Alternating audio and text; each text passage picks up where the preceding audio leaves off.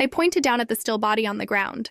Maybe it was my imagination, or just my desperate hope, but I was sure I could see Carmel breathing. But how much had he been hurt falling from the top of this building? Why is one of my targets a vindictive ghost? I hissed. Gary shrugged. Can't tell you. My job is just to help you and explain stuff. Maybe the odd assist here and there is a cheat. But Michelle, this is your story, and you're the one that's going to be making the decisions for it. The system says you should catch him. You should do it. Especially if it doesn't interfere with your main target. It was only with extreme effort that I avoided rubbing the space between my brows. My head was pounding. Does that mean I don't have to go after that thing? I gestured to the creature. A ghost.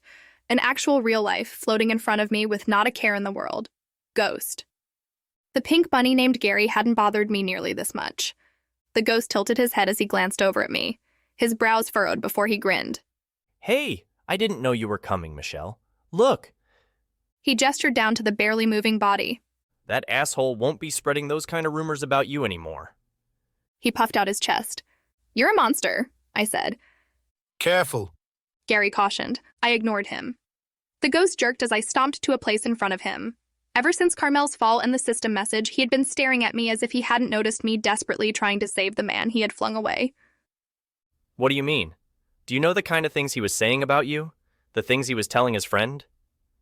Michi, I'm serious. I heard their locker room talk. They were planning to do a lot more than just scare you. Besides, I think he'll live, but you can bet he'll never try to hurt you again. Gary hopped to my side, but the ghost didn't even seem to notice him. Don't worry. No matter what world we're in, no one can see me. I'm like a ghost myself. He chuckled to himself.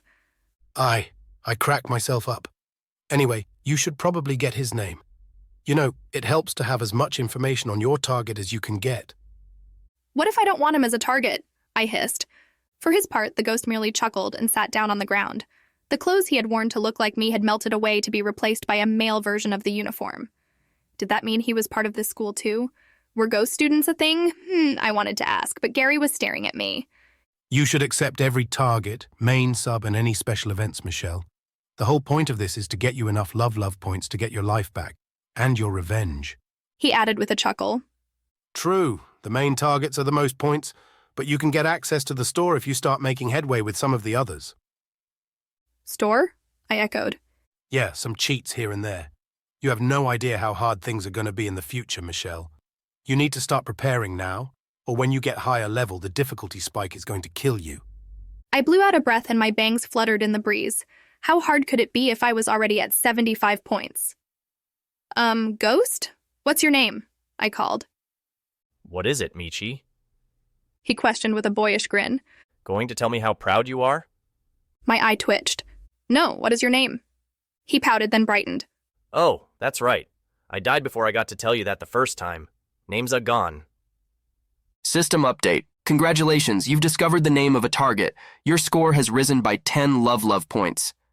Keep up the great work and capture those targets. If the game remained this easy, I'd blaze through this mission and all the others and get out of here within the space of a few days. Heck, maybe I could reach my full 100 points with this ghost alone. In any case, I'd play the game like Gary wanted for now, but I was determined to get through and return to my world. There was an ex I needed to punish.